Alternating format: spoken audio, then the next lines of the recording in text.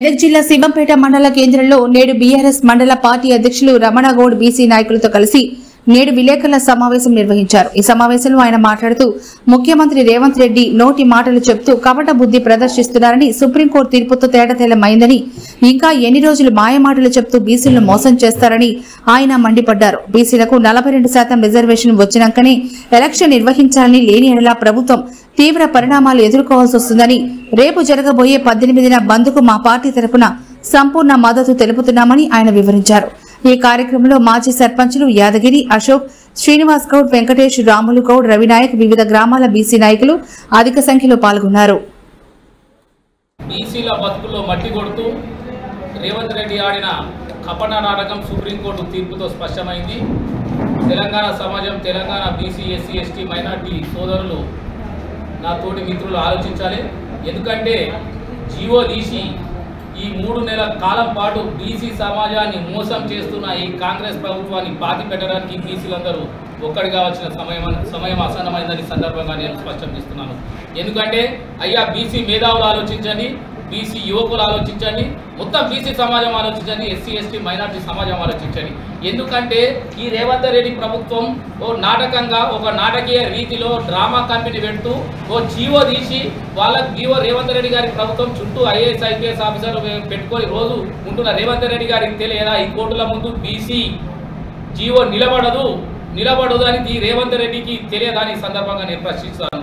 ఎందుకంటే మేధావులు మొత్తుకుంటూనే ఉన్నారు, ఈ జీవో నిలబడదు, ఇవి అనవసరంగా పెట్టకండి, అఖిల పక్షాన్ని ఢిల్లీకి తీసుకెళ్ళండి, రాజ్యాంగ సవరణ చేయాలి, ఇది 9th షెడ్యూల్లో పెట్టాలి, తమిళనాడు తరహాలో చేస్తేనే ఈ బీసీ రిజర్వేషన్లు అమలవుతాయని బీఆర్ఎస్ పార్టీ కేసీఆర్ అధినేత అప్పుడే ఎప్పుడైతే రాజ్యాంగ సవరణ చేసేదాకా ఈ బీసీ అది కాదు, ఈ నాటకం నాకు ఆడడానికి రాదని అప్పుడే చంద్రశేఖరరావు స్పష్టం చేసిన సంగతి బీసీ సమాజానికి, బీసీ మేధావులకు అందరికి తెచ్చిన విషయమే।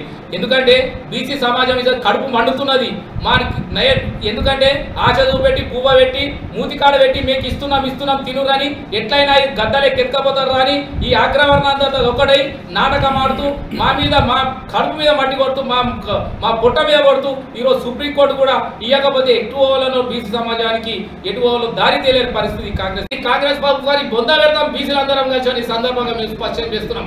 అయ్యా మీకు అందరికి ఇప్పటికైనా ఒక్కసారి ఆలోచించాలి, ఈ రేవంత్ రెడ్డిని ఎప్పుడైతే మనం తొలగిస్తామో, బీసీ సమాజాన్ని, బీసీ ముఖ్యమంత్రిని ఎన్నుకుంటారో ఈ కాంగ్రెస్ నాయకులు, అప్పుడే మనకు బీసీలకు న్యాయం జరుగుతుంది, అప్పటిదాకా న్యాయం రాదు। ఈ రేవంత్ రెడ్డి గద్దె దిగాలి, ఈ 18వ తారీఖు పెట్టిన బీసీల మద్దతుకు మేము సంపూర్ణ మద్దతు తెలియజేస్తున్నాం। ఆ రోజు రాష్ట్ర వ్యాప్తంగా, తెలంగాణ వ్యాప్తంగా దిగ్బంధనం చేస్తాం। ఈ సంపూర్ణ మద్దతు ప్రకటించి సోంపేట మండలం వ్యాప్తంగానే కాదు, మా నాయకుల సహకారంతో, మా నాయకుల సుందరెడ్డి సహకారంతో ఈ నర్సాపూర్ వ్యాప్తంగా బంద్ చేస్తాం। మీరందరూ కూడా పార్టీ పరంగా మాకు ఏ విధంగా బేషరతుగా అందరూ కూడా ఆగ్రహకున్నాలు అందరూ కూడా మాకు మద్దతు తెలిపాలి। 42% రిజర్వేషన్ సాధించే వరకు ఈ రేవంత్ రెడ్డి మెడలు వంచి ఈ కపట నాటకవాడిని వెంటనే రాజీనామా చేయాలి। సుప్రీంకోర్టు తీర్పుతోని ఇప్పటికైనా ఈ బీసీ మంత్రులు, కాంగ్రెస్ మంత్రులు రేవంత్ రెడ్డి ప్రభుత్వాన్ని, రేవంత్ రెడ్డికి అడుగులు మడుగులతో బంద్ చేయండి। దయచేసి కాంగ్రెస్ నాయకులను ఆలోచించాలి। రేవంత్ రెడ్డి కంప్లీట్ డ్రామా స్థాయిల కోసం మేమే మాట్లాడుతున్నాం, జీవో నిలబడదు, రేవంత్ రెడ్డి గెలవాలి, జీవో నిలబడదని అయ్యా ఇప్పటికే దివిక చేతులెత్తి దండం పెడుతున్నాం। 42% అయినాకనే ఎలక్షన్స్ పెట్టాలి। ఏ మాత్రం ప్రభుత్వం వెనుకపోయినా తీవ్ర పరిణామాలు ఎదుర్కోవచ్చని సందర్భంగా తెలియజేస్తూ జై తెలంగాణ।